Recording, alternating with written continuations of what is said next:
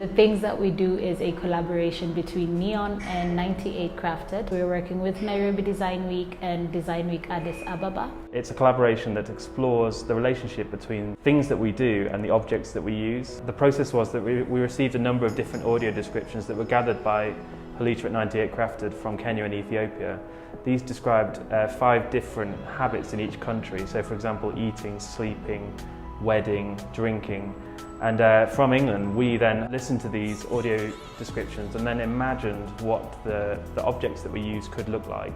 And of course, from England, we had no idea what they would look like. So that was part of the fun for us, that we kind of created this imaginary object in our head based on the descriptions.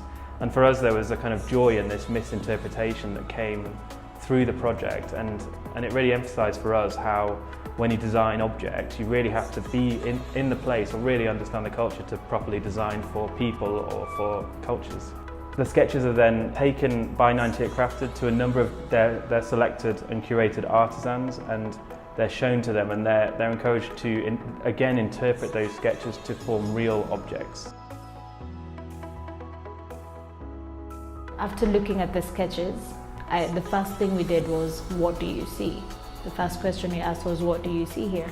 They said either a pan or a cheese grater, and from there we started to converse on what else this object could be. Then we started to talk about what the real object actually is and what they'd imagine it to look like. We didn't want to give them a set rule, this is exactly what you're gonna make.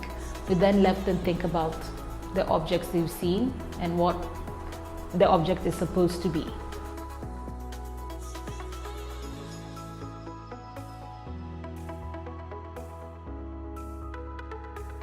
The project was begun in East Africa because it's the cradle of civilization. But we see this as a starting point for a project which can exist on a global scale. Talking to 98 Crafted before we started this project, we were both really concerned that if you kind of neutralize the kind of objects that we produce and objects become disseminated on a global scale, that you then start to lose culture, because the shape and form of objects directly links to the way we use them. So a very good example was in Ethiopia, where there's a number of different types of coffee pots that are totally unrecognizable to us coming from the UK, and they allow for coffee to be drunk in a slightly different way. And if we were to come in, say, with a coffee pot and then that became common practice, then you would actually change and lose the heritage and tradition of coffee drinking in Ethiopia forever.